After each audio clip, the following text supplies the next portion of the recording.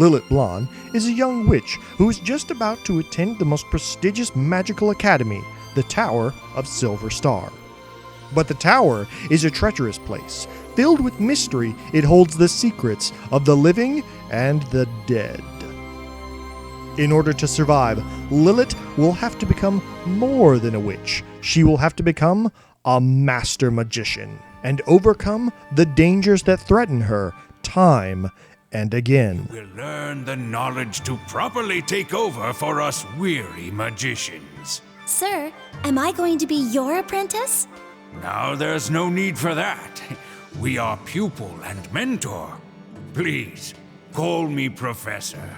I will do my... GrimGrimoire is a real-time strategy game where you control a young witch, Lilith Blonde, who must fight various monsters and demons in her new magical school. Now, I know what you're thinking. A real-time strategy game on a console? Well, let's just break out our torches and pitchforks right now. But bear with me, because it's actually not that bad. In fact, I might say it's pretty good. GrimGrimoire includes a good mix of traditional real-time strategy elements and unique features that help give it its own style. For example, as in most strategy games, battles take place on a 2D map.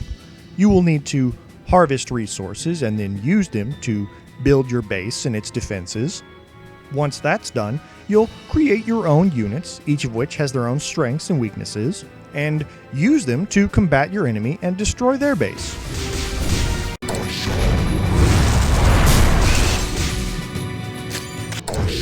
Everything that you would expect a classic RTS to have, but like I said before, GrimGrimoire does have several unique elements as well. The maps, for instance, while 2D, are not top-down views, they are side views, with the map's space essentially being segmented as the different floors of a very tall building. Land units can walk left or right on these floors, but will need to find stairs in order to move to the next level. Units that can fly or climb are not restricted in this faction and can move wherever they please. Another good feature is unit balance. There are 4 different factions in the game, and each of them has their own strengths and vulnerabilities. And yet, despite the fact that each of the factions only has about 4 to 5 units apiece, none of them are terribly imbalanced. They all have different strategies and counters for certain situations. For instance, the Alchemy faction has incredibly powerful long-range artillery units, but their powerful attacks cannot target incorporeal ghosts.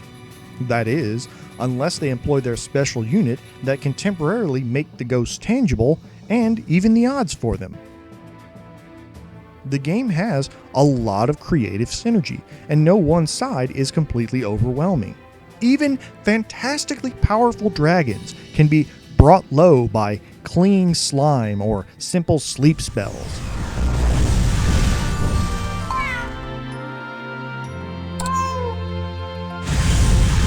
Now, GrimGrimoire's probably most unique feature, and the one that makes it playable really, is its unit selection. Essentially, whenever you move your cursor over a unit and press a button, you select that unit. You can then use the D-pad to either select all units of the same type or cycle through all available units on the same screen. But here's where things get interesting. Whenever you select a unit, the game pauses, and it does not unpause until you either deselect that unit or issue an order. And this is the key to what makes GrimGrimoire playable, that in a real-time strategy game, you need to be able to quickly issue orders based on changing battlefield conditions. And normally, this is not efficiently possible with a controller. But with the pause selection system, you can comfortably and reliably move around the battlefield, select units, select abilities, and have them utilized exactly as you desire. You can even just hold down the selection button to pause the game while you're moving around. It's a simple but effective compromise for making a real-time strategy game that uses a controller. Now, there are some downsides to all this. Picking units out of a crowd can be tedious and time-consuming when they get all stacked up on top of one another.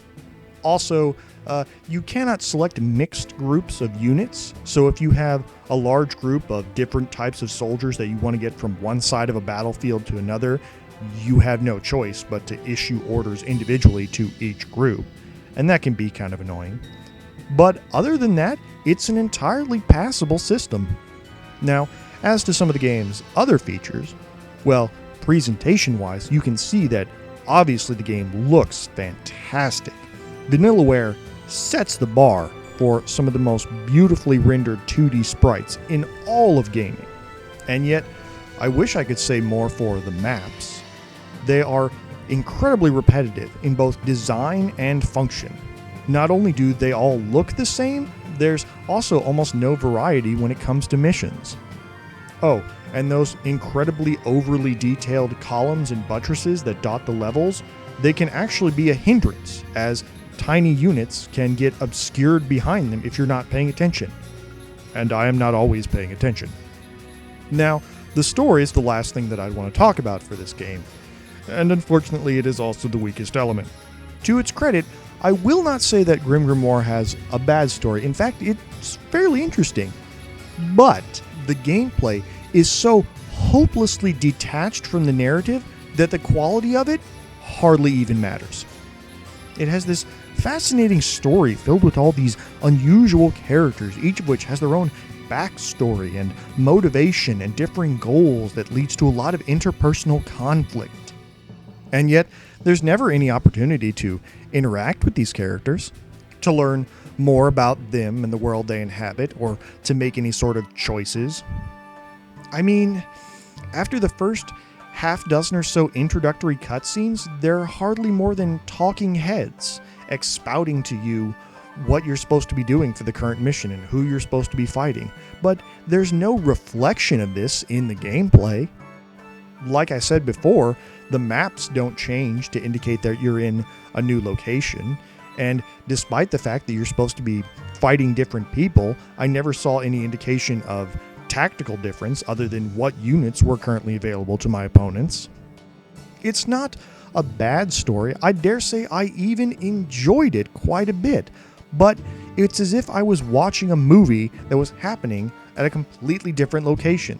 By the end of the game, I felt almost no connection to Lilith Blonde, despite the fact of all the grand actions I was supposed to be taking as her. You didn't listen to Gamma? Bad girl. GrimGrimoire is kind of a tricky widget. It's got kind of a flawed delivery, but quality strategic gameplay underneath. I'm going to go ahead and give it 3 out of 4 stars, and my tentative recommendation. If you want to see how a real-time strategy game can operate on a console, then pick it up. Alright, thanks for listening. Now have fun at the Tower of Silver Star, the only magical academy where you can become a master magician in under a month's time.